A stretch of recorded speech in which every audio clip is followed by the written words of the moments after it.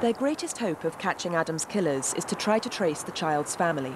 They need to spread the word around the whole of Africa. Is anyone missing a child? There is only one way to get the attention they need: to go to the top man. The next head this may go on may be Mr. Mandela's, but it's tiny head. But I'm going to say to him it's a senior officer's one. I'm going to give him a warrant card as well. I'll take my photograph. Well, I'll need both. Nelson Mandela has agreed to meet them and make an appeal on their behalf. If anywhere, even in the remotest village of our continent, there is a family missing a son of that age who might have disappeared around that time, 21st September 2001, please contact the police in London. I wish to repeat my appeal to all people across the world, and specifically in Africa, to come forward and help her bring to justice the killers of this young boy. These tumors are essentially a giant tooth, which has overgrown its bounds and pushed into the normal tissues around it. The cementum is the middle layer of a tooth, and for some reason in these patients, something triggers that cementum to begin to thicken and grow. Wendy has 4 big tumors and simultaneous in 4 bones. So I think this is the largest cementoma in the world literature.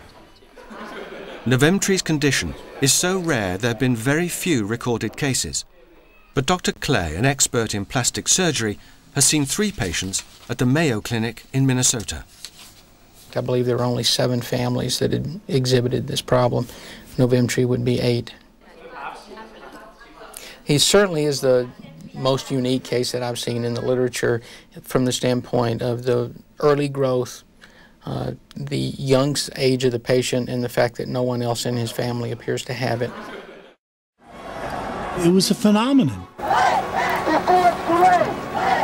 People really believed that they were seeing the first real snuff film caught on film live. Shackleton didn't market the film as a real snuff movie, but he didn't deny it was one either, and his outrageous methods of promotion guaranteed the film was a success.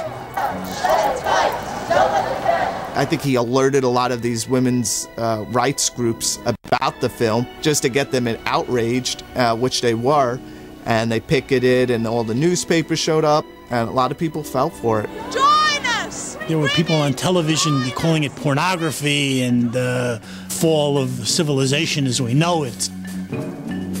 But what started as a publicity stunt was soon accepted as fact by the general public. And the legend was given even more credence by the movies that followed, and by crazed fans who decided to make life imitate art.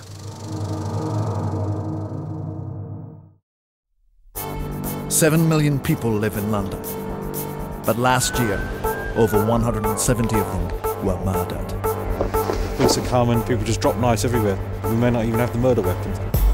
For the first time, we follow the detectives as they battle to solve these crimes.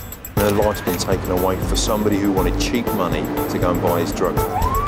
From the first 999 call to the final sentence. The car's made off at speed and has been chased by uniform. Go, go, go, go! Our job is to catch killers. We're pretty good at it. These are real murders. 2 minutes. Real investigations. And real convictions. Police!